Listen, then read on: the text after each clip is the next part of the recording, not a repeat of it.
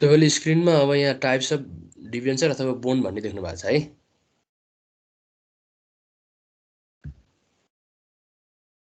देख्नु भएको छैन हैन? देखिएछ सर। ल ठिकै छ, म अलिकति अस्ति हामीले स्टार्ट गरेको अथवा रिड गरेको कुरालाई दोहोऱ्याउँछु, अनि त्यसपछि हामी यहाँ आउँला, यो पाटोमा आउँला। हामीले अस्ति चाहिँ बोन्ड भनेको के हो हैन, अनि बोन्ड चाहिँ केमा पर्छन्, यो सर्ट टर्ममा पर्छन् कि लङ टर्ममा पर्छन्, त्यो कुरा पनि पत्ता लगाएको थियौँ हामीले अस्ति डिटेलमा हामी स्टडी गरिसकेका छौँ यो अस्ति 2 दिनको क्लासमा। ल्याबिलिटिजहरू चाहिँ 2 टाइप्स अफ ल्याबिलिटिज हुन्छ, एउटा सर्ट टर्म ल्याबिलिटी र अर्को long term liability. Short term भनेको 1 वर्षभित्र तिर्नुपर्ने ल्याबिलिटिजलाई हामी सर्ट टर्म ल्याबिलिटिज भन्यौँ भने लङ टर्म ल्याबिलिटिज भनेको 1 वर्षभन्दा बढीको म्याच्युरिटीमा भएको ल्याबिलिटिजलाई हामीले लङ टर्म ल्याबिलिटिज भनेर भन्छौँ र त्यसमा पर्ने भनेको बोन्ड हो। अब बोन्ड किन इस्यु गर्छ भन्ने बारेमा पनि मैले डिटेल भनेको थिएँ। यसले डेब्ट क्यापिटल स्ट्रक्चर मेन्टेन गर्नको लागि हैन, मनी निडेड फुलफिलमेन्ट गर्नको लागि यदि डेब्टबाट फाइनेन्सिङ गरेको छ भने त्यो डेब्ट क्यापिटलको क्यापिटल स्ट्रक्चर फर्मेसन गर्नको लागि डेब्टबाट इस्यु गर्छ है। अनि डेब्टबाट इस्यु गर्दाखेरि उसले बोन्ड इस्यु गरेको हुन्छ, डिबेन्चर इस्यु गरेको हुन्छ है, जसबाट चाहिँ के गर्न सकेको हुन्छ त भन्दा कम्पनीले क्यापिटल कलेक्सन गर्न सकेको हुन्छ। मैले इक्जाम्पल पनि दिएको थिएँ, जस्तै यो कम्पनीले क्यापिटल कलेक्सन गर्नु भनेको चाहिँ कस्तो भने यदि हाम्रो डेली लाइफमा पनि लाइफलाई रन गर्दाखेरि यदि पैसा चाहियो भने हामी कोहीबाट लोन लिन्छौँ नि हैन, ऋण लिन्छौँ भने हो त्यस्तै गरी कम्पनीले पनि आफ्नो डिफ्रेन्ट एक्टिभिटिज रन गर्नको लागि, प्रोजेक्टहरू लन्च गर्नको लागि हैन, यदि उसलाई पनि पैसाको निडेड भयो भने उसले डेब्टबाट फाइनेन्सिङ गर्छ भने त्यसलाई हामी डेब्ट क्यापिटल भनेर भन्छौँ। र त्यस्तो डेब्ट क्यापिटल फर्मेसन गर्नको लागि इन्स्ट्रुमेन्ट गरेको इस्यु गरेको इन्स्ट्रुमेन्टलाई हामीले बोन्ड भनेर भन्छौँ। इस्यु गरेको इन्स्ट्रुमेन्ट, बोन्ड भनेको एउटा इन्स्ट्रुमेन्ट हो, के को त भन्दा डेब्ट क्यापिटल। र हामीले अहिले स्टडी गरिरहेको टपिकको नेम चाहिँ के हो भने accounting for long term liabilities है, accounting for long term liabilities. यो लङ टर्म ल्याबिलिटिजको चाहिँ एकाउन्टिङ कसरी राख्ने भन्ने कुरा मात्रै हो। त्योभन्दा अगाडि हामी बोन्ड भनेको के हो भन्ने कुरा बुझिरहेछौँ कि हामी जस्ट यसमा चाहिँ अब लेखा कसरी राख्ने, भोलि हामी जुनसुकै अब डिफ्रेन्ट कम्पनीमा चाहिँ एज अ चाहिँ स्टाफको रूपमा चाहिँ जोइन भएका हुन्छौँ, काम गरेका हुन्छौँ, त्यो बेलामा हामीले अब यो डेब्टको लेखा कसरी राख्ने त, एकाउन्टिङ कसरी किपिङ गर्ने भन्ने कुरा हो हैन। त्यो हो हिसाबले चाहिँ हामी यहाँ चाहिँ यसरी accounting for long term liabilities भनेर रिड गरिरहेछौँ। अब यो डेब्ट क्यापिटल फर्मेसन गर्नको लागि इस्यु गरेको बोन्ड हुन्छ, त्यो बोन्डको चाहिँ के हुन्छ त त्यो फिचर्समा भन्दा यसको एउटा फिक्स म्याच्युरिटी हुन्छ, जस्तै 10 वर्ष, 7 वर्ष, 8 वर्ष हुने एउटा फिक्स म्याच्युरिटी हुन्छ। त्यस्तै अर्को चाहिँ एउटा चाहिँ 10% भन्ने चाहिँ फिक्स रेट अफ इन्ट्रेस्ट हुन्छ क्या। यो चाहिँ अगाडि 10% आएको भनेको फिक्स रेट अफ इन्ट्रेस्ट हो। यदि तिमीले चाहिँ त्यहाँ 1 लाख रुपियाँ लगानी गरेका छौ भने प्रत्येक वर्ष तिमीले चाहिँ 10,000 को रूपमा चाहिँ ब्याज आउँछ, किनभने 1 लाखको 10% भनेको चाहिँ 10,000 हो है। 1 लाखको 10% भनेको 10,000 हो, 10,000 चाहिँ प्रत्येक वर्ष ब्याज पाइन्छ। अब नम्बर फर्स्टमा डेब्ट क्यापिटल, यो चाहिँ यसको फिचर्स भन्नु नि फर्स्टमा नै के हो त भन्दा डेब्ट क्यापिटल यो चाहिँ ऋण क्यापिटल हो, किनभने यसलाई पछि फिर्ता गर्नुपर्ने हुन्छ। यो ऋण लिएर क्यापिटल फर्मेसन गरेको भएर यसलाई चाहिँ डेब्ट क्यापिटल अथवा ऋण क्यापिटल अथवा ऋण पुँजी भनेको है। अर्को 2 नम्बरमा छ लङ टर्म क्यापिटल, यो चाहिँ थोरै समयको लागि हुँदैन क्या, यो चाहिँ लङ टर्म ल्याबिलिटिज हो भनेपछि 1 वर्षभन्दा बढी म्याच्युरिटी हुन्छ।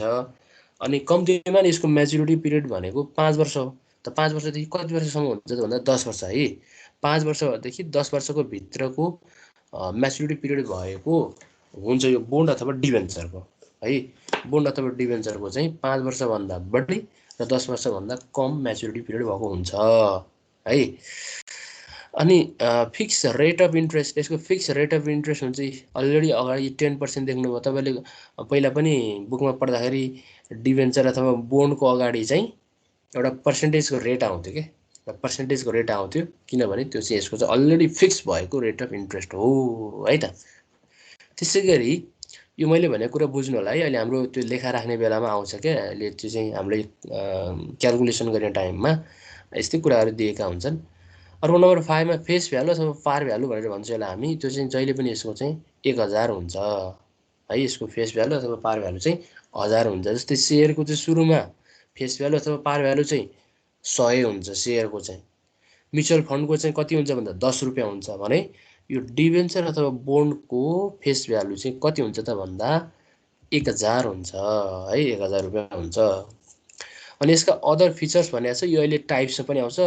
यहाँ पनि म भन्दै कन्भर्टिबल भनेको यसको सर्टेन टाइम पिरियड पछाडि एउटा चाहिँ यसको फिक्स म्याच्युरिटी पिरियड पछाडि यदि यो डिबेन्चर अथवा बोन्ड चाहिँ कमन स्टक अथवा सेयरमा कन्भर्ट हुन्छ भने कमन स्टक अथवा सेयरमा कन्भर्ट हुन्छ भने त्यसलाई हामी कन्भर्टिबल भनेर भन्छौँ। र कलेबल भनेको चाहिँ कस्तो भने समय नसकिँदै समय भनेको यसको म्याच्युरिटी क्या नसकिँदै। जस्तै यसको म्याच्युरिटी 10 वर्ष थियो, यो म्याच्युरिटी नसकिँदै बिचै पिरियडमा भनेको जस्तै 5 वर्षपछि अथवा 6 वर्षपछि है, समय चाहिँ पिरियड नसकेर 5 वर्षपछि अथवा 6 वर्षपछि चाहिँ 6 वर्षपछि चाहिँ यदि त्यो बोन्डलाई चाहिँ फिर्ता गर्छ है। यो लगानी फिर्ता गर्नुपर्ने त कहिले भन्दा 10 वर्षपछि हो नि त हैन। यदि त्यो बोन्डमा तपाईहरुले लगानी गर्नुहुन्छ भने तपाईहरुको चाहिँ फिर्ता कति वर्षपछि हुन्छ भन्दा 10 वर्षपछि। तर 10 वर्षपछि नभएर यदि 5 वर्षभित्रै यदि 6 वर्षभित्रै तपाईको बोन्ड चाहिँ फिर्ता हुन्छ भने त्यस्तो बोन्डलाई हामी कलेबल बोन्ड भनेर भन्छौँ है। त्यस्तो बोन्डलाई चाहिँ हामी कलेबल बोन्ड भनेर भन्छौँ। यदि 10 वर्षपछि मात्र फिर्ता गर्छ भने त्यसलाई चाहिँ हामी नन कलेबल बोन्ड भनेर भन्छौँ। नन कलेबल बोन्ड है। यदि बिच पिरियडमै 5 वर्ष अथवा 6 वर्षमै फिर्ता गर्छ भने त्यसलाई चाहिँ हामी कलेबल बोन्ड भनेर भन्छौँ। यो कलेबल बोन्ड चाहिँ कस्तो अवस्थामा फिर्ता गर्छ भन्ने कुरा पनि छ, त्यो चाहिँ हामी अलिकति पछाडि कुरा गर्छौँ त्यो चाहिँ है। तपाईहरुले यति कुरा बुझिराख्नुस्। कलेबल बोन्ड र नन कलेबल बोन्ड भनेको चाहिँ कस्तो रहेछ भने कलेबल भनेको चाहिँ समय सीमा अथवा समय अवधि सकिनुभन्दा अगाडि नै त्यो बोन्डलाई यदि फिर्ता गर्छ भने त्यसलाई चाहिँ हामीले कलेबल बोन्ड भनेर भन्छौँ है। र नन कलेबल भनेको चाहिँ समय सीमा अथवा समय अवधि सकेपछि मात्रै फिर्ता गर्ने बोन्डलाई चाहिँ हामीले नन कलेबल बोन्ड भनेर भन्छौँ है त। यति कुरा चाहिँ तपाईहरुले बुझ्नु भयो। सरसर्ती हेर्नुभयो, अस्ति पनि पढाएँ हामीले, मैले जस्ट रिमाइन्डिङ मात्रै गरेको है। यो टपिकको बारेमा रिमाइन्डिङ गरेको। जो अस्ति यो क्लासमा एटेन्ड हुनु भएको थिएन, तपाईँ प्रेजेन्ट हुनु भएको थिएन, उहाँहरूले फेरि एकचोटि अहिले म टाइप्स अफ बोन्ड पढाएर आउँछु। फेरि बोन्ड भनेको के हो रहेछ भन्ने कुरा चाहिँ कन्फ्युजन नहोस् भनेर तपाईहरुलाई यो कुरा गर्दैछु है त। अब मैले अस्ति के पनि भनेको थिएँ भने यो बोन्ड र फिक्स डिपोजिटमा के फरक छ। अब फिक्स डिपोजिट पनि तपाईहरुले सुन्नु भएको छ, फिक्स डिपोजिट सुन्नु भएको छ, यो बोन्ड भन्ने कुरा त्यति सुन्नु भएको छैन क्या तपाईहरुले। हाम्रो नेपाली मार्केटमा यो फिक्स डिपोजिट भनेर चाहिँ सबैले सुनिरहेका पनि छन्, अनि यसमा फिक्स डिपोजिटमा डिपोजिट पनि गरिरहेछन्। तर बोन्ड भनेको खासै यो थाहा छैन। यो बोन्ड भनेको चाहिँ कसलाई मात्रै थाहा छ भन्दा जो सहर एरियामा बसेको छ, जसले चाहिँ यो शेयर मार्केट अथवा बोन्डतिर चाहिँ एट्र्याक्टिभ छ, त्यो पर्सनलाई मात्रै बोन्ड भनेको के हो भन्ने कुरा थाहा छ जस्तो लाग्छ मेरो विचारमा। र अहिले यो गाउँतिर यो चाहिँ हामी चाहिँ आउट अफ क्यापिटल सिटी भनेको राजधानी भन्दा बाहिरतिरको यो बजार जे जति छ त्यहाँका इन्भेस्टरहरूलाई चाहिँ यो बोन्ड भनेको खासै के हो भन्ने कुरा थाहा छैन। र फिक्स डिपोजिट भन्ने चाहिँ थाहा छ फेरि उहाँहरूलाई है। र यो बोन्ड र फिक्स डिपोजिटमा के फरक छ म मेन यसको फरकहरू बताउँछु। हेर्नु है त। पहिला यसको सिमिलरमा जाउँ। यसको सिमिलरमा जाउँ है। यो बोन्डको पनि रेट अफ इन्ट्रेस्ट नै हुन्छ, फिक्स डिपोजिटको पनि एउटा फिक्स रेट अफ इन्ट्रेस्ट नै हुन्छ। दुवैको एउटा फिक्स रेट अफ इन्ट्रेस्ट नै हुन्छ। अब बोन्डमा पनि के गर्नुहुन्छ त भन्दा कम्पनीलाई पैसा चाहिँदाखेरि तपाईले केही रकम चाहिँ बोन्डमा लगानी गर्नुहुन्छ है, केही रकम चाहिँ लगानी गर्नुहुन्छ। द फिक्स डिपोजिटमा चाहिँ के हुन्छ भने तपाईसँग पैसा छ हैन, तपाईसँग पैसा छ, तत्कालै तपाईहरुले 6-7 वर्षमा चाहिँ केही काम गर्नुहुन्न त्यो पैसाले। त्यो पैसालाई के गर्ने भन्दाखेरि हामी फिक्स डिपोजिटमा लगाएर राखौँ नि त, त्यसबाट ब्याज आइरहेको हुन्छ। हाम्रो पैसा चाहिँ त्यतिकै घरमा राख्नु भन्दा ब्याङ्कमा राख्यो भने हाम्रो पैसा पनि बढ्छ भनेर हामीले फिक्स डिपोजिटमा राखेका हुन्छौँ यसरी है। यो बोन्डको पनि फिक्स टाइम पिरियड हुन्छ लगानी गर्ने, र फिक्स डिपोजिटको पनि फिक्स टाइम पिरियड नै हुन्छ फेरि है। अहिलेसम्म हामीले सिमिलरको कुरा गरिरहेका छौँ। दुवैको रेट अफ इन्ट्रेस्ट पनि हुन्छ, दुवैको फिक्स डेट पनि हुन्छ भनेको फिक्स म्याच्युरिटी पनि हुन्छ, फिक्स म्याच्युरिटी डेट पनि हुन्छ है। तर यसमा फरक के छ एकचोटि हेरौँ है। यसमा फरक चाहिँ के छ भन्दा यो फिक्स डिपोजिटको रेट जति हुन्छ त्यो फिक्स डिपोजिटको रेट भन्दा बढी हुन्छ के को रेट भन्दा बोन्डको रेट। तपाईहरुले फिक्स डिपोजिटमा डिपोजिट गर्ने पैसाको रेट भन्दा बोन्डको रेट चाहिँ के हुन्छ त भन्दा अलिकति बढी हुन्छ है। यो कुरा थाहा पाउनु पर्यो। अनि यो फिक्स डिपोजिट एउटा चाहिँ डिपोजिट हो। यो चाहिँ तपाईहरुले गरेको डिपोजिट हो भने यो बोन्ड चाहिँ तपाईहरुले कम्पनीले दिएको लोन हो। यो चाहिँ बोन्ड चाहिँ तपाईहरुले कम्पनीले दिएको लोन हो। अब यो लोनमा पनि तपाईले ब्याज पाउनुहुन्छ, यो डिपोजिटमा पनि तपाईले के पाउनुहुन्छ त ब्याज पाउनुहुन्छ है। यो फिक्स डिपोजिट र बोन्डमा अब अर्को डिफरेन्स चाहिँ के छ भन्दाखेरि अर्को मोस्ट इम्पोर्टेन्ट डिफरेन्स चाहिँ के छ भन्दा यो बोन्ड चाहिँ दोस्रो बजारमा कारोबार हुन्छ। यो बोन्ड चाहिँ सेकेन्डरी मार्केटमा के सेकेन्डरी मार्केट भनेको हाम्रो शेयरको सेकेन्डरी मार्केट भने जस्तै यो बोन्डको पनि त्यही शेयरको सेकेन्डरी मार्केटमा किनबेच हुन्छ। यो फिक्स डिपोजिट चाहिँ कहिले चाहिँ अब यसको फिक्स टाइम पिरियड कतिसम्म हो त्यो पिरियडसम्म चाहिँ हामीले चलाउनै मिल्दैन। जस्तै यसको चाहिँ फिक्स जस्तै हामीले 6 वर्षसम्म चाहिँ फिक्स डिपोजिट गरेका छौँ भने 6 वर्षसम्मको फिक्स डिपोजिट गरेका छौँ भने 6 वर्षसम्म हामीले त्यो गरेको फिक्स डिपोजिटलाई चाहिँ चलाउन मिल्दैन है। अब कहिले चलाउन मिल्छ अथवा कहिले त्यो पैसा आउँछ भन्दा जब तपाईको 6 वर्ष सकिन्छ अनि मात्रै तपाईको फिक्स डिपोजिटको पैसा चाहिँ तपाईको खातामा आउँछ। हैन भने तपाईलाई बिच पिरियडमा जस्तै 2 वर्षपछि 3 वर्षपछि 4 वर्षपछि 5 वर्षपछि पैसा चाहियो भने चाहिँ तपाईहरुलाई चाहिँ त्यो फिक्स डिपोजिटबाट पैसा झिक्न मिल्दैन है। यो कुरा चाहिँ तपाईहरुले ध्यान दिनुपर्ने हुन्छ। ओके, र यही भयो हाम्रो यो बोन्डको कुराकानी। अब म एकचोटि तपाईलाई टाइप्स अफ बोन्डमा लान्छु। टाइप्स अफ बोन्डमा आजको हाम्रो टपिक पनि छ टाइप्स अफ बोन्ड। यदि तपाईहरुले यो बुकमा पनि हेर्न चाहनुहुन्छ भने बुकमा पनि छ। तपाईहरुले बुकमा चाहिँ कहाँ गएर हेर्नु पर्यो भन्दा अध्याय 10 मा गएर हेर्नु पर्यो। Accounting for long term liabilities भन्ने त्यहाँ चाहिँ टपिक छ। त्यो टपिकमा यदि तपाईहरुले पल्टाउनु भयो भने त्यहाँ तपाईहरुले देख्नुहुन्छ आजको टपिक टाइप्स अफ बोन्ड अथवा डिबेन्चर भन्ने त्यहाँ टपिक एकचोटि हेर्नु त देख्नुहुन्छ कि हुन्न। यो नेपाली मिडियमको 393 भन्ने चाहिँ पेज नम्बरमा छ र इंग्लिश मिडियमको चाहिँ अब कतिमा छ त्यो तपाईहरुले हेर्नु होला। मसँग नेपाली मिडियमको मात्रै बुक भएको हुनाले मैले चाहिँ 393 पेज भन्छु। एकचोटि हेर्नु त तपाईहरुले फाइन्ड आउट गर्नुहुन्छ कि हुन्न। र अहिलेसम्म हामी 9 जना नै रहेछौँ। अहिलेसम्म हामी 9 जना नै रहेछौँ है। 9 जना रहेछ। अब ठिकै छ, मैले अब त्यो दुवै ग्रुपमा सेन्ड गरिदिएको पनि छु लिङ्कहरू हैन। अब यदि त्यस्तो प्रब्लम छ भने जस्तै पनि एउटा ओरिएन्टेसन क्लास राउन्ड भएको थियो अनि मैले नम्बर पनि अब प्रोभाइड गरेको छु। अरू सर मिसहरूले पनि नम्बर प्रोभाइड गर्नु भएको छ होला मोहन सरको। यदि कुनै केस काहीँ त्यस्तो प्रब्लम छ भने तपाईहरुले चाहिँ के गर्न सक्नुहुन्छ त भन्दाखेरि कन्ट्याक्ट गर्न सक्नुहुन्छ। अनि भर्ना नगरेका साथीहरूले पनि पढ्न पाउनुहुन्छ उहाँहरूले। त्यसको लागि अस्ति नोटिस निस्किएको छ। त्यो के प्रोसेसहरू फुलफिलमेन्ट गर्नु पर्यो त्यो भर्ना नभएको साथीहरूले पनि भर्ना हुन पाउने त्यो नोटिस आएको छ। त्यो नोटिस चाहिँ हेर्नको लागि भन्नु होला तपाईहरुले है। भर्ना नगरेर चाहिँ मैले क्लास मिस गरेको छु भन्ने कुरा चाहिँ अहिले त्यो समस्या लिनुहुन्न। भर्ना नगर्नु भएको तपाईहरुको साथीहरूले पनि क्लास लिन सक्नुहुन्छ है। अनि त्यसैगरी अहिले इंग्लिश र नेपाली मिडियम दुवै कम्बाइनमा स्टडी भइराखेको पनि छ।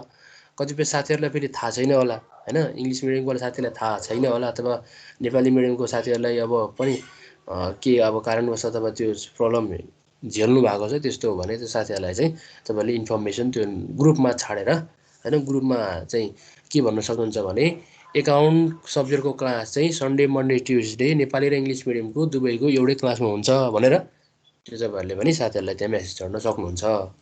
र यति भन्दै मैले अब भोलिदेखि बद्री सरले पढाउनु भयो भने के गर्ने नि? बद्री सरले पढाउनु हुन्न। म एकचोटि बद्री सरलाई कन्ट्याक्ट गर्छु किनभने अब मेरो रुटिन चाहिँ त्यो अनुसार बनेको छ। अनि वेडनेसडे थर्सडे फ्राइडे चाहिँ मेरो चाहिँ क्लास फेरि यता एमबिएसमा छ कि यही टाइममा भनेको 5:45 देखि 6:45 बद्री सरलाई अनि रुटिन चेन्ज गरेर तपाई चाहिँ वेडनेसडे थर्सडे फ्राइडे पढाउनु भन्नु पर्यो नि त। त्यसरी मिलाउँदा फेरि उता सबै मिलाउनु पर्ने हुन्छ के उता बनेको रुटिन चाहिँ मिलाउनु पर्ने हुन्छ म एकचोटि बद्री सरसँग कुरा गर्छु बद्री सरसँग कुरा गरिसके पछाडि अब यस्तो यस्तो हो भनेपछि तपाईहरुलाई अब त्यो नोटिस आउला मैले अस्ति पनि भनेको हो त्यो मलाई भन्नुभएको थियो कि रुटिन त उहाँहरूले बनाउनु भएको नि दुईवटा क्लास छ Sunday Monday Tuesday Wednesday Thursday Friday Nepali medium र इङ्ग्लिस मिडियममा दुईवटामै क्लास छ मेरो फेरि यता वेडनेसडे थर्सडे फ्राइडे फेरि सेम टाइममा यता फेरि एमबिएस 4th सेमेस्टरमा पनि मेरो फाइनान्स भन्ने सब्जेक्ट छ त्यहाँ अनि त्यो भएको हुनाले अनि के हो भन्दाखेरि सन्डे मन्डे ट्युजडे चाहिँ एउटै क्लासमा राखेर एकाउन्टको पढाउनु होला भनेर चाहिँ मलाई नोटिस आएको भएर मैले तपाईँहरूलाई त्यो नोटिस चाहिँ फरवर्ड गरेको है मैले त्यो बाँकी त्यो रुटिन हेरेको छैन है त त्यो भएको हुनाले अब मलाई चाहिँ अब म एकचोटि कन्ट्याक्ट गरौँ ल बद्री सरलाई कुरा गरौँ है ल त्यो कुरा गरौँ ल तपाईँहरूले के भन्नु पर्यो साथीहरूलाई भन्दा दुवै क्लास एउटैमा हुन्छ अब सन्डे मन्डे ट्युजडे नभने पनि इङ्ग्लिस मिडियम र नेपाली मिडियमको क्लास चाहिँ एउटैमा हुन्छ है अहिले भन्ने कुरा चाहिँ तपाईँहरूले गर्नु पर्यो अरू अरू सब्जेक्टको पनि एउटैमा भएको छ होला होइन जस्तो इकोनोमिक्सको अनि अरू सब्जेक्ट चाहिँ अब रुटिन अनुसारै हुन्छ हो कुनै त्यस्तो दुईवटा भएको छ र यो फर्स्ट इयरको क्लास छैन सर छैन सबैको एकै ठाउँमा भइरहेछ हो त्यो एकै ठाउँ भएको भएर एकाउन्ट पनि दुवै एकै ठाउँ नै हो कि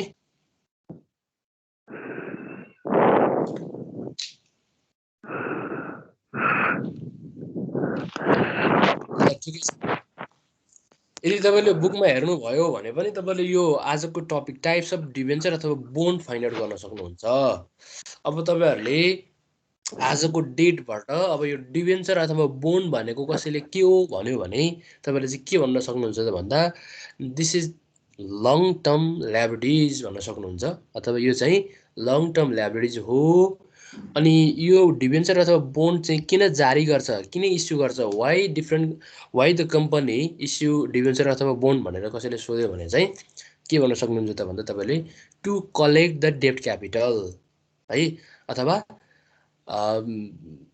ऋण पुँजी चाहिँ जम्मा गर्नको लागि चाहिँ कम्पनीले के गर्छ त भन्दा डिभेन्चर अथवा बोन्ड चाहिँ इस्यु गर्छ भन्ने कुरा तपाईँहरूले पत्ता लगाउन सक्नुहुन्छ र यसको फिचर्सको बारेमा पनि अहिले हामी कुरा गऱ्यौँ यसको फिचर्स चाहिँ के हुन् भन्दा यसको फिचर्स चाहिँ फिक्स रेट अफ इन्ट्रेस्ट निश्चित ब्याज दर अर्को फिक्स म्याचुरिटी हैन भनेको निश्चित अवधि अर्को चाहिँ पार भ्यालु अथवा फेस भ्यालु हैन त्यसलाई हामी पार भ्यालु भनेर भन्छौँ नेपालीमा पनि हैन पार भ्यालु भनेर भन्छौँ अनि त्यसैगरी पार भ्यालु भनेको त्यसको अंकित मूल्य भनौँ न अंकित मूल्य अनि त्यसैगरी अर्को छ यसको चाहिँ के छ त भन्दा एउटा भयो fix rate of interest fix maturity भयो अनि त्यसैगरी फेस भ्यालु भयो हैन फेस भ्यालु एन्ड पार भ्यालु पनि भइहाल्यो हैन यो चाहिँ यो तीनवटा चाहिँ बोन्डको चाहिँ के हुन्छ भन्दा फिचर्स हुन्छन् अनि अरू भनेको अहिले यो टाइप्समा पनि आइहाल्छ कि अहिले हामीले कन्भर्टिबल चाहिँ कुनमा आउँछ भन्दा अन द बेसिस अफ कन्भर्टिबिलिटी अनि कलेबल भनेको चाहिँ अहिले रिडिम्सनमा आउँछ रिडिम्सनमा कुरा आउँछ है ओके ल मैले अब पहिलो नम्बरबाट सुरु गरेँ टाइप्स अफ बोन्ड अथवा डिभेन्चर चाहिँ on the basis of registration on the basis of रजिस्ट्रेसनको आधारमा हामीले यो बोन्ड अथवा डिभेन्चरलाई छुट्याउने हो भने एउटा बोन्ड चाहिँ हामी के भन्छौँ त भन्दा रजिस्टर्ड बोन्ड अथवा रजिस्टर्ड डिभेन्चर हैन रजिस्टर्ड बोन्ड REGISTRED एउटा छ रजिस्टर्ड बोन्ड र अर्को चाहिँ छ bearer bond BERER bearer bond BERER bearer bond एउटा चाहिँ छ रजिस्टर्ड बोन्ड अर्को चाहिँ छ बियरर बोन्ड अब रजिस्टर्ड बोन्ड भनेको के हो र बियरर बोन्ड भनेको के हो यो कुरा पनि तपाईले थाहा पाउनु है त यो रजिस्टर्ड बोन्डलाई चाहिँ हामी नेपालीमा दर्ता भएको ऋणपत्र भनेर भन्छौँ है र यो बोन्ड भन्नु र डिभेन्चर भन्नु एउटै हो है बोन्ड भन्नु र डिभेन्चर भन्नु एउटै हो यसमा हल्का मात्रै फरक छ के हल्का किनभने त्यो डिभेन्चर भन्दा अलिकति सेक्योर चाहिँ बोन्ड हो है डिभेन्चर भन्दा अलि सेक्योर भनेको अलि सुरक्षित के चाहिँ के हो त भन्दा बोन्ड हो के। जस्तै सुनमा पनि 24 क्यारेट र 20 क्यारेट भन्छ नि, सुन त सुने हो हैन, छापावाला तेजाबी भन्छ नि, त्यसमा पनि एउटा चाहिँ राम्रो हो नि त हैन। सुनको बारेमा तपाईँलाई थाहा छ यो कुरा चाहिँ हैन। एउटा चाहिँ 24 क्यारेटको भयो, अर्को चाहिँ अब 20 को क्यारेटको भन्छ हैन। अनि राम्रो चाहिँ केलाई भन्छ भन्दा 24 क्यारेटको, त्यसको प्राइस पनि अलिकति महँगो पनि हुन्छ के। हो त्यो भने जस्तै यो डिभेन्चर र बोन्ड पनि त्यही नै हो, दुवै चाहिँ उस्तै हुन्, यसको फिचर्सहरू सेम नै हुन्। दुवै कम्पनीले डेट क्यापिटल कलेक्सन गर्नको लागि इस्यु चाहिँ गर्छ, तर कहिलेकाहीँ हामी डिभेन्चर भन्छौँ, कहिलेकाहीँ हामी बोन्ड भन्छौँ। तर यसमा फरक के छ त भन्दा डिभेन्चर भन्दा अलि सेक्योर चाहिँ के हो त भन्दा बोन्ड हो कि, डिभेन्चर भन्दा अलि सेक्योर चाहिँ बोन्ड हो है। यो कुरा बुझ्नु होला तपाईँहरूले। अब मैले यो रजिस्टर बोन्ड र बियरर बोन्डको बारेमा भन्छु। रजिस्टर बोन्ड भनेको चाहिँ कस्तो टाइप्स अफ बोन्ड हो भने यसमा चाहिँ यो ऋणपत्र धनी, ऋणपत्र धनी भनेको चाहिँ जो ऋणपत्रमा लगानी गरेको हुन्छ त्यसलाई हामी इङ्ग्लिसमा चाहिँ डिभेन्चर होल्डर अथवा बोन्ड होल्डर भनेर भन्छौँ। डिभेन्चर होल्डर अथवा बोन्ड होल्डर भनेर भन्छौँ, BONDHOLDER हैन। यो रजिस्टर बोन्ड होल्डर अथवा बोन्ड होल्डर भन्छौँ कि त्यसलाई हामी। यो बोन्ड होल्डर अथवा डिभेन्चर होल्डर भनेको चाहिँ ऋणपत्र धनी।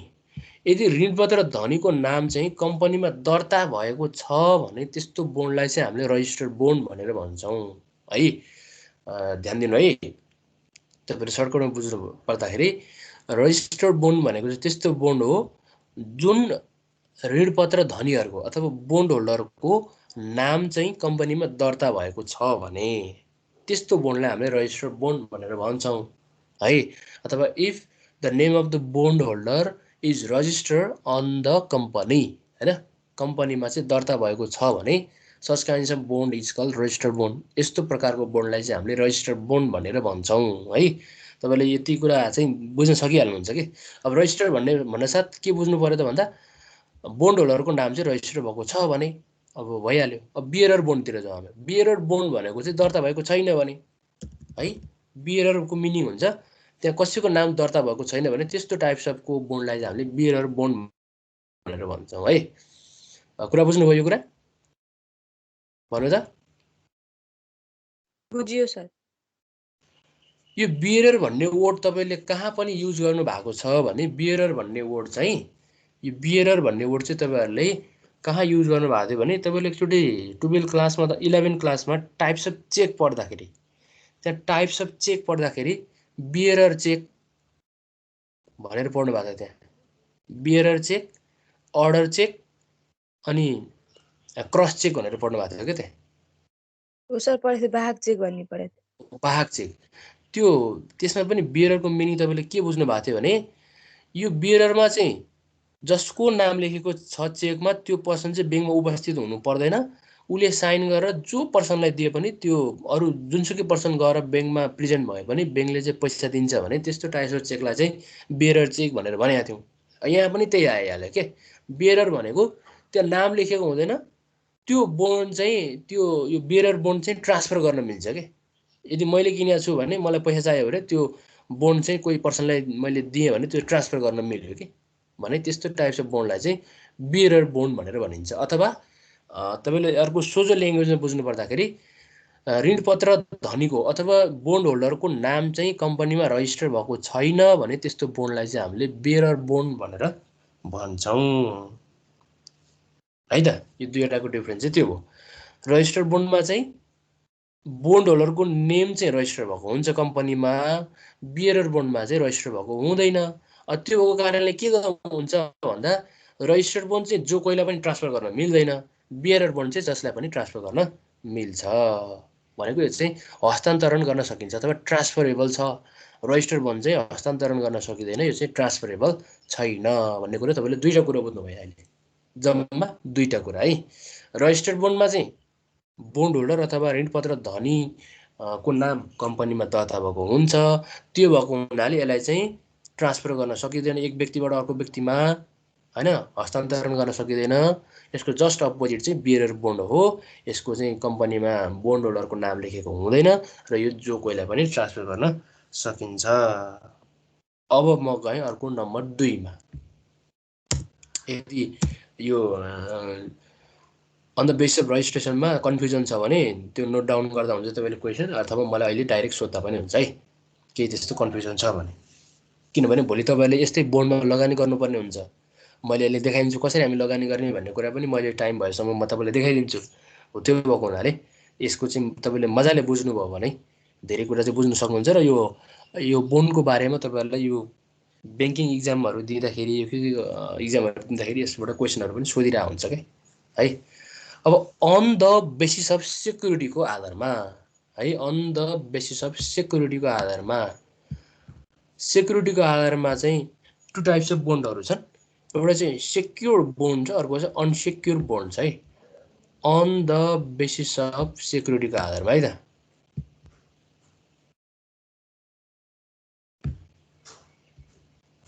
On the basis of security एउटा छ सेक्योर बोन्ड, अर्को चाहिँ छ अनसेक्योर बोन्ड है।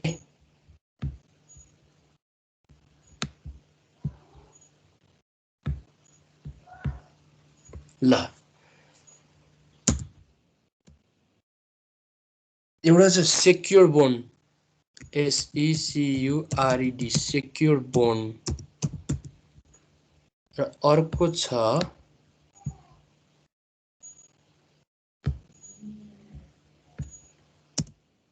हामी मोर्गेज बोन्ड पनि भन्छौँ है। सेक्योर बोन्डलाई चाहिँ mortgage bond, MORTGAG mortgage bond. अब यो मोर्गेज भन्ने वर्ड पनि तपाईँहरूले यो पहिला नै ब्यालेन्स सिटतिर आइराखेको हुन्छ कि मोर्गेज भनेर। मोर्गेज भनेको के रहेछ भनेर तपाईँहरूले बुझ्नुभयो भने मोर्गेज भनेको चाहिँ सेक्योर बोन्ड है। सेक्योर बोन्डलाई हामी मोर्गेज बोन्ड भनेर भन्छ है। यो मैले कता कता ब्याङ्किङ इक्जाममा पनि सोधे जस्तो मैले देखाएको थिएँ है मोर्गेज बोन्डको बारेमा। मोर्गेज बोन्ड भनेको चाहिँ के हो त भन्दा सेक्योर बोन्ड है, सेक्योर बोन्ड हो। र अर्को बोन्ड चाहिँ छ सिम्पल अथवा unsecured bond, UNSECURED unsecured bond. ल अब सेक्योर बोन्ड र अनसेक्योर बोन्डमा के फरक छन् यो कुरा तपाईँहरूले एकै पटक बुझ्नुहुन्छ है त। अब सेक्योर बोन्ड भनेको चाहिँ के हो भन्दा सुरक्षित बोन्ड भनेर भन्छौँ हामी, अथवा सुरक्षित ऋणपत्र भनेर भन्छौँ हामी नेपालीमा। र के आधारमा सुरक्षित, अब त्यो आधार तपाईँले पत्ता लगाउनु भइसकेपछि अब टु टाइप्स अफ यो बोन्ड चाहिँ तपाईँहरूले सजिलै लेख्न सकिहाल्नुहुन्छ। हेर्नु है त, यदि बोन्डको अथवा त्यो ऋणपत्रको, बोन्डलाई हामी नेपालीमा ऋणपत्र भनेर भन्छौँ है, बोन्डलाई हामी नेपालीमा ऋणपत्र भनेर भन्छौँ। यदि कम्पनीले यो बोन्ड इस्यु गर्दाखेरि यदि त्यो बोन्डको धितो राखेको छ भने, यदि त्यो बोन्डको चाहिँ धितो राखेको है, धितो धरोटी भनेर तपाईँलाई थाहा छ नि। जस्तो हामीले ब्याङ्कबाट लोन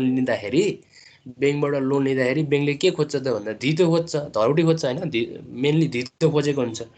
अनि धितो चाहिँ के को खोज्छ भन्दा चलअचल सम्पत्ति जस्तै जग्गा जमिन होइन, सुन चाँदी हो, यस्ता सम्पत्तिहरू चाहिँ धितो खोज्छ ब्याङ्कले भने जस्तै है। त्यो भने जस्तै अब यदि कम्पनीले बोन्ड इस्यु गर्दाखेरि होइन, बोन्ड इस्यु गर्दाखेरि किन बोन्ड इस्यु गर्छ भन्ने कुरा त अहिले पनि मैले भनिहालेँ।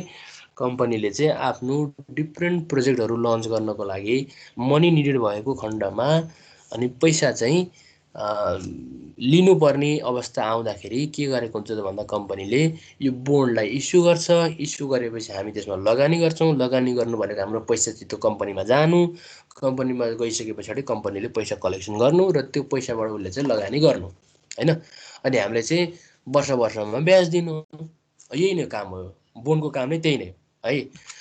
अब यो बोन्ड इस्यु गर्दाखेरि कम्पनीले यदि उसको जग्गा अथवा बिल्डिङ अथवा चलअचल सम्पत्ति के छ होइन, चलअचल सम्पत्ति चाहिँ यदि धितो राखेर चाहिँ बोन्ड इस्यु गर्छ भने त्यसलाई हामी सेक्योर बोन्ड भनेर भन्छौँ अथवा मोर्गेज बोन्ड भनेर भन्छौँ है। कुरा बुझ्नुभयो? कम्पनीले यदि बोन्ड इस्यु गर्दाखेरि अथवा यो डिबेन्चर इस्यु गर्दाखेरि कम्पनीको कुनै पनि चल अचल सम्पत्ति है, चल अचल सम्पत्तिहरू चाहिँ धितो राखेर यदि बोन्डलाई इस्यु गर्छ भने त्यस्तो बोन्डलाई हामी सेक्युर बोन्ड अथवा मोर्गेज बोन्ड भनेर भन्छौँ है। अनि यस्तो बोन्डमा चाहिँ के हुन्छ त भन्दा लगानीकर्ताहरू पनि आकर्षित भएर लगानी गर्छन्।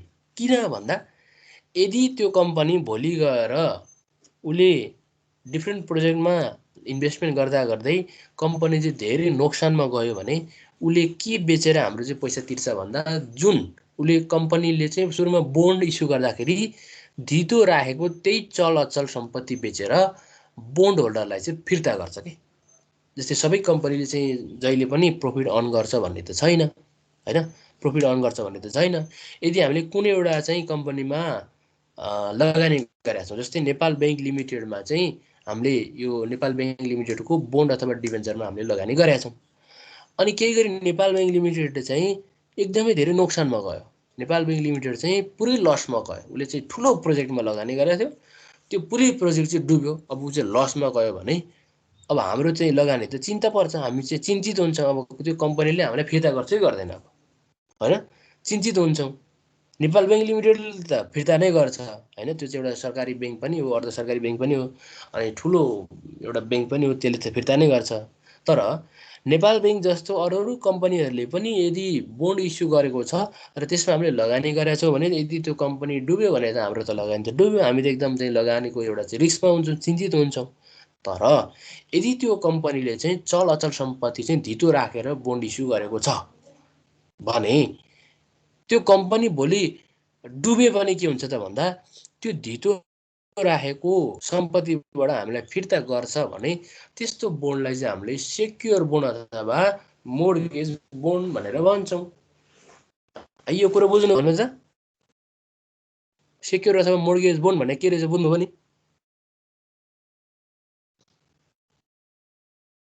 भन्नु त बुझ्नु भयो? बुझ्यो। अब यो सेक्युर्ड बोन्ड अथवा मोर्गेज भन्नेले बुझ्नुभयो भने अनसेक्युर भनेको के हो भन्ने अपोजिट। यदि कम्पनीले बोन्ड अथवा डिबेन्चर इस्यु राखेको छैन अथवा धितो नराखिकन चाहिँ जारी गरेको छ भने त्यस्तो बोन्डलाई हामीले अनसेक्युर बोन्ड भनेर भन्छौँ है। If the company issue the bond without keeping the security, that kinds of bond is called unsecured bond भनेर भन्न सक्छौँ है। सेक्युरिटी भनेको धितो हो के, अन द बेसिस अफ सेक्युरिटीमा तपाईँले देख्नुभयो यहाँ सेक्युरिटी भनेको चाहिँ के हो भन्दा त भन्दा यो धितो हो। सेक्युरिटी भनेको धितो अथवा सुरक्षित क्या, सुरक्षित धितो राखेर बोन्डको चाहिँ धितो राखेर चाहिँ उसले चाहिँ चलअचल सम्पत्ति धितो राखेर यदि जारी गर्छ भने त्यस्तो बोन्डलाई हामीले चाहिँ मोर्गेज बोन्ड भन्ने भयौँ अथवा सेक्युर बोन्ड भनेर भन्ने भयौँ अथवा सुरक्षित बोन्ड भनेर भन्ने भयौँ अथवा सुरक्षित ऋणपत्र भनेर भन्ने भयौँ। यदि चलअचल सम्पत्ति धितो नराखिकन इस्यु गरेको छ भने त्यसलाई हामी अनसेक्युर बोन्ड भनेर भन्छौँ है। यो कुरा पनि तपाईँहरूले बुझ्नुभयो, अब बुझ्नुभयो नि होइन? बुझ्नुभयो नि है? बुझियो सर, बुझियो। ओके, ल त्यसो भए अब हामी नम्बर 3 तिर लागौँ। तपाईँले यो बुकमा पनि हेर्नु होला, अनि बुझेन भने फेरि पनि तपाईँहरूले क्वेसन पनि गर्न सक्नुहुन्छ भोलिको क्लासमा पनि हैन। अहिले त हामी टक्क सम्झिहाल्या हुन्छौँ, फेरि अब बुकमा पढ्दै जाँदा फेरि केही त्यस्तो कन्फ्युजन आयो भने तपाईँले त्यो क्वेसन चाहिँ नोट डाउन गरेर सोध्न सक्नुहुन्छ। अब अर्कोमा जाउँ, on the basis of redemption. अब यो रिडम्सनलाई चाहिँ हामी ठ्याक्कै नेपालीमा के भन्छौँ भन्दा फिर्ता हुने। रिडम्सनको मिनिङ भनेको फिर्ता हुने है। फिर्ता हुने आधारमा पनि हामी दुईवटा अथवा 2 टाइप्स अफ बोन्ड भनेर चाहिँ त्यसलाई चाहिँ के गर्न सक्छौँ भन्दा क्लासिफाई गर्न सक्छौँ। एउटा छ redeemable bond, redeemable REDEEMABLE redeemable bond, यो चाहिँ भनेको फिर्ता हुने बोन्ड। रिडिएबल बोन्ड भनेको फिर्ता हुने बोन्ड अथवा भुक्तानी हुने बोन्ड। अर्को चाहिँ छ इरिडिएबल बोन्ड। अर्को चाहिँ छ इरिडिएबल बोन्ड, IREDEEBLE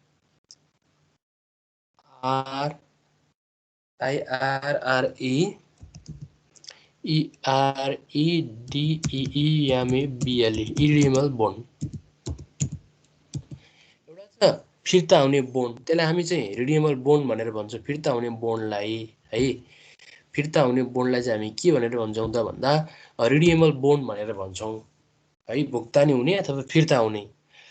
अर्को चाहिँ छ इरिडिएबल बोन्ड, त्यसलाई चाहिँ हामी भुक्तानी नहुने अथवा फिर्ता नहुने बोन्ड भनेर भन्छौँ है, फिर्ता नहुने बोन्ड भनेर भन्छौँ। अब यो चाहिँ के को आधारमा, यसको नि आधार त चाहियो हामीलाई, फिर्ता हुने र फिर्ता नहुने यसको पनि आधार त चाहियो है।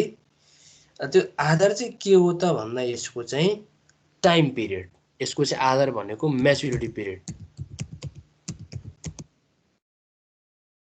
म्याच्युरिटी पिरियड, यसको आधार भनेको म्याच्युरिटी पिरियड है। यसको आधार चाहिँ के रहेछ त भन्दा तपाईँले थाहा पाउनु पर्दा यसको चाहिँ म्याच्युरिटी पिरियड है, यो कुरा बुझ्नु हो। अब म्याच्युरिटी पिरियडमा कसरी यो चाहिँ अब टु टाइप्स अफ बोन्ड भनेर चाहिँ यसरी क्लासिफाई गरियो त भन्दा, जस्तै मानव यहाँ हेर्नुहोस्, यदि कम्पनीले बोन्ड इस्यु गर्दाखेरि यो बोन्डको म्याच्युरिटी चाहिँ 8 इयर्स भनेर त्यो कम्पनीको प्रोस्पेक्टसमा राखेको छ हैन, 8 इयर्स भनेर त्यो कम्पनीको प्रोस्पेक्टसमा राखेको छ है। मैले के भने भन्दा यदि कम्पनीले बोन्ड इस्यु गर्दा 8 इयर्स भनेर त्यो कम्पनीको प्रोस्पेक्टसमा राखेको छ भने त्यो बोन्ड चाहिँ 8 वर्षपछि के गर्नुपर्छ त भन्दा कम्पनीले फिर्ता गर्नुपर्छ, अथवा 8 वर्षपछि चाहिँ त्यो कम्पनीले त्यो बोन्डको चाहिँ भुक्तानी दिनुपर्छ है, फिर्ता गर्नुपर्छ भने त्यस्तो बोन्डलाई हामीले रिडिएबल बोन्ड भनेर भन्यौँ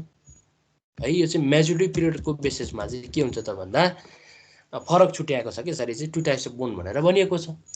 अर्को इरिडिएबल बोन्ड भनेको चाहिँ फिर्ता नहुने, जसमा चाहिँ यदि कम्पनीले त्यो बोन्ड इस्यु गर्दाखेरि हैन, त्यो बोन्ड इस्यु गर्दाखेरि चाहिँ म्याच्युरिटी पिरियड चाहिँ दिएको छैन हैन, म्याच्युरिटी पिरियड चाहिँ गिभन छैन भने त्यस्तो बोन्डलाई चाहिँ हामीले के भन्छौँ त भन्दा इरिडिएबल बोन्ड भनेर भन्छौँ, इरिडिएबल बोन्ड भनेर भन्छौँ।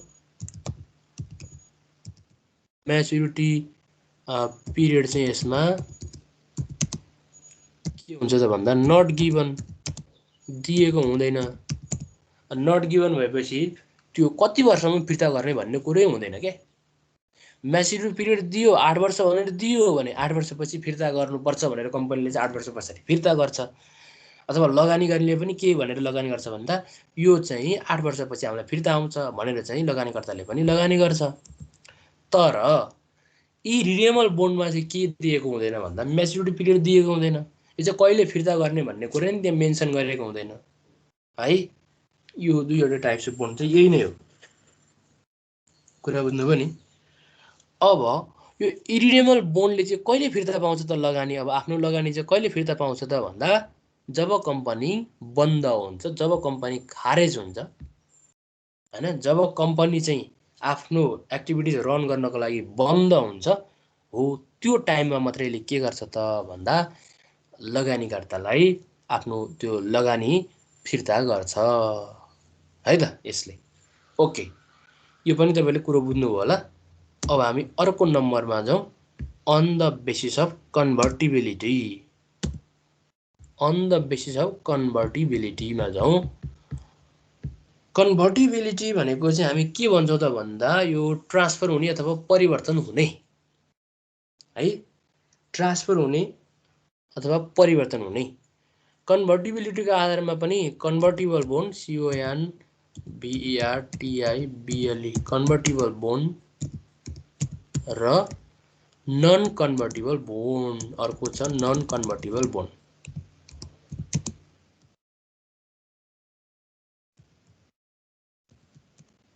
एउटा छ कन्भर्टिबल बोन्ड, परिवर्तन हुने बोन्ड, अर्को छ नन कन्भर्टिबल बोन्ड, परिवर्तन नहुने बोन्ड है। अब परिवर्तन हुने केमा परिवर्तन हुने भन्ने कुरा हो। फेरि परिवर्तन त हुने, तर केमा परिवर्तन हुने भन्ने कुरा चाहिँ यसको चाहिँ मेन कुरा है। ल हेर्नु है त, अब बोन्डको एउटा फिक्स म्याच्युरिटी हुन्छ भन्ने कुरो तपाईँलाई थाहा छ। यो कुरा तपाईँले अहिले फिचर्समा पनि पढ्नुभयो, अहिले पनि धेरै अब हामीले कुराकानी गरिरहेका छौँ होइन। कुराकानी गरिसके पछाडि तपाईँलाई थाहा छ कन्भर्टिबल भनेको एउटा सर्टेन टाइम पिरियड पछाडि चाहिँ अब के हुने भन्ने कुरा हो कि कन्भर्टिबल भनेको चाहिँ होइन। सर्टेन टाइम पिरियड त हुन्छ, सर्टेन टाइम पिरियडभित्र त हामीले त्यो बोन्डको चाहिँ ब्याज मात्रै खाइराख्ने हो, ब्याज मात्रै खाइराख्ने हो, त्यो सामा त आएको हुँदैन होइन। अब जब म्याच्युरिटी पिरियड सकिन्छ अनि त्यसपछि यो चाहिँ कन्भर्टेबल हुने, अब केमा कन्भर्ट हुने यो कुरा चाहिँ यहाँ हेर्नु है त। कम्पनीले इस्यु गर्दाखेरि बोन्ड मात्रै इस्यु गरेको हुँदैन, उसले सेयर पनि इस्यु गरेको हुन्छ। त्यसलाई हामी इक्विटी सेयर भनेर भन्छौँ अथवा अर्डिनरी सेयर भनेर भन्छौँ है। इक्विटी सेयर अथवा अर्डिनरी सेयर भनेर भन्छौँ। यदि सर्टेन टाइम पिरियड पछाडि, जस्तै 8 वर्ष छ, जस्तै मानौँ एउटा बोन्डको चाहिँ म्याच्युरिटी 8 वर्ष छ, सर्टेन टाइम पिरियड पछाडि है, सर्टेन टाइम पिरियड भनेको 8 वर्ष पछाडि होइन, सर्टेन टाइम पिरियड पछाडि त्यो बोन्ड चाहिँ कमन स्टकमा ट्रान्सफर हुन्छ भने, सेयरमा ट्रान्सफर हुन्छ भने भन्ने कुरा नै बुझ्दा हुन्छ तपाईँहरूले। यदि सर्टेन टाइम पिरियड पछाडि त्यो बोन्ड चाहिँ सेयरमा ट्रान्सफर हुन्छ भने, कुरा बुझ्नुभयो तपाईँहरूले? अहिले मैले के भने, बोन्ड चाहिँ सेयरमा ट्रान्सफर हुन्छ भने त्यस्तो बोन्डलाई हामीले के भन्छौँ भन्दा कन्भर्टेबल बोन्ड भनेर भन्छौँ। यो कुरो बुझ्नुभयो तपाईँहरूले भने? भन्नु त। बुझ्यो सर। ओके ल, यदि सर्टेन टाइम पिरियड भनेको त्यसको म्याच्युरिटी पिरियड सके पछाडि है, फेरि म्याच्युरिटी पिरियड चाहिँ समाप्त भए पछाडि यदि त्यस्तो बोन्ड अथवा डिबेन्चर चाहिँ सेयरमा ट्रान्सफर हुन्छ भने, त्यो चाहिँ कमन स्टक है, कमन सेयर भन्छौँ त्यसलाई हामी, इक्विटी सेयरमा ट्रान्सफर हुन्छ भने त्यस्तो बोन्डलाई चाहिँ हामीले कन्भर्टेबल बोन्ड भनेर भन्छौँ। कुरा बुझ्नुभयो? अब नन कन्भर्टेबल भनेको तपाईँले कुरा बुझ्नु भइहाल्यो। त्यो बोन्ड चाहिँ यदि सेयरमा ट्रान्सफर हुँदैन होइन, उसको लगानी बराबरको रकम चाहिँ तुरुन्तै त्यो लगानीकर्ताको खातामा फिर्ता हुन्छ भने त्यस्तो बोन्डलाई चाहिँ हामीले नन कन्भर्टेबल बोन्ड भनेर भन्छौँ। यो चाहिँ यो बोन्ड चाहिँ के हुँदैन त भन्दा सेयरमा ट्रान्सफरमेन्ट हुँदैन, सेयरमा ट्रान्सफरमेन्ट हुँदैन है। यो कुरा तपाईँहरूले बुझ्नु पर्यो। अब यसको सिम्बल चाहिँ मैले यहाँ फेला पार्न सकिनँ, मैले ह्यास्कीले जनाइदिएँ, एउटा मात्रै काट्नुपर्ने इक्वलमा होइन। यो अहिले ठ्याक्कै म्याथमेटिकल वर्ड हो, यसलाई कहाँबाट फेरि अहिले इन्सर्ट गर्नुपर्छ त्यो भन्नुभन्दा अगाडि मैले यहीँ गरिसकेपछि तपाईँलाई थाहा भइहाल्यो। Bond not equal to share भन्ने सम्झिनु होला। बोन्ड चाहिँ सेयरमा ट्रान्सफर हुँदैन। जस्तै यसको प्रोसेस के हुन्छ एकचोटि म फेरि भन्छु है त। मानौ तपाईँले यो बोन्डमा 1 लाख लगानी गर्नुभएको छ, 1 लाख रुपियाँ लगानी गरेको छ है। यो बोन्डमा चाहिँ 1 लाख रुपियाँ लगानी गरेको छ। तपाईँले वार्षिक रूपमा 10% ब्याज आउँथ्यो। 10% ब्याज आउनु भनेको वार्षिक रूपमा तपाईँले चाहिँ 10,000 को एमाउन्ट चाहिँ रिसिभ गर्नुहुन्छ। यदि यसको म्याच्युरिटी चाहिँ 8 वर्ष छ भने 8 वर्षसम्म तपाईँले 10,000 चाहिँ तपाईँले रिसिभ गर्नुहुन्छ र 8 वर्ष पछाडि तपाईँलाई यो 1 लाख बराबरको एमाउन्ट फिर्ता आउनुपर्ने हुन्छ होइन। बोन्डमा लगानी गरिसके पछाडि 8 वर्षपछि त 1 लाख बराबरको रकम त फिर्ता आउनुपर्ने हुन्छ। त्यो रकम चाहिँ फिर्ता नआएर यो 1 लाख बराबरको रकम चाहिँ तपाईँलाई त्यो कम्पनीले सेयर दियो भने त्यो बोन्ड चाहिँ केमा ट्रान्सफर भयो, केमा कन्भर्ट भयो भन्दा सेयरमा कन्भर्ट भयो। तर अब यो नन कन्भर्टेबलमा चाहिँ तपाईँले त्यो 1 लाख रुपियाँ लगानी गर्नुभएको थियो, 8 वर्षसम्म तपाईँले 10,000 को दरमा चाहिँ ब्याज त पाउनुभयो 10% को रेटमा। तर 8 वर्ष पछाडि तपाईँहरूलाई यो 1 लाखमा 1 लाखै तपाईँको खातामा हालिदियो भने चाहिँ त्यो चाहिँ के भयो त भन्दा नन कन्भर्टेबल बोन्ड भयो। यसमा चाहिँ पैसा तपाईँको खातामा नहालिदिएर सेयर चाहिँ तपाईँलाई दियो भने त्यो चाहिँ कन्भर्टेबल भयो। त यसमा चाहिँ तपाईहरुलाई पैसा नै खातामा हाल्दियो भने सेयर दिएन भने त्यो चाहिँ नन कन्भर्टिबल बोन्ड भयो है। यसरी तपाईहरुले चाहिँ कुरो बुझ्नु होला र बढी भन्दा बढी बुक पनि हेर्नु होला। अनि कन्फ्युजन छ केही त्यस्तो हो भने भोलि मलाई सोध्नु पनि होला भोलिको क्लासमा। आजको हाम्रो टाइम चाहिँ सकिएको पनि छ हैन। अनि मेरो अहिले फेरि अर्को क्लास लगत्तै भएको हुनाले तपाईहरुले यो टपिकको बारेमा बुकमा पनि हेर्नु होला। इङ्ग्लिश मिडियमहरुले नेपाली मिडियमहरुले दुवैले हेर्नु होला। अनि त्यस्तो कुनै कन्फ्युजन छ भने you can ask question to me tomorrow है।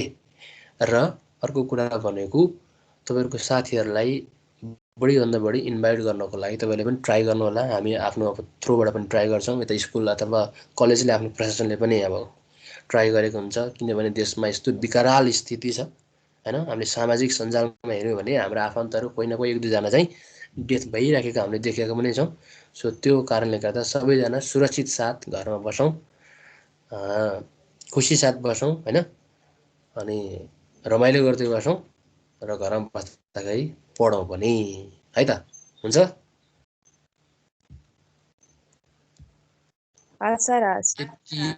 यति कुरा भन्दै म आजको क्लासलाई चाहिँ यहीँ क्लोज गरिदिन्छु र मैले यो रेकर्डिङ पनि यहीँ देखाएको हुन्छ। तपाईले त्यो रेकर्डिङ पनि हेर्नु होला। केही नबुझेको छ भने साथीहरु कोही जोइन भएको छैन भने उनीहरुले चाहिँ यति आइडी पासवर्ड पाइसके पछाडि ओपन गर्दाखेरि त्यो रेकर्डिङ भन्ने अप्सन चाहिँ तपाईले त्यो सब्जेक्ट क्लिक गर्न साथ देखाउँछ।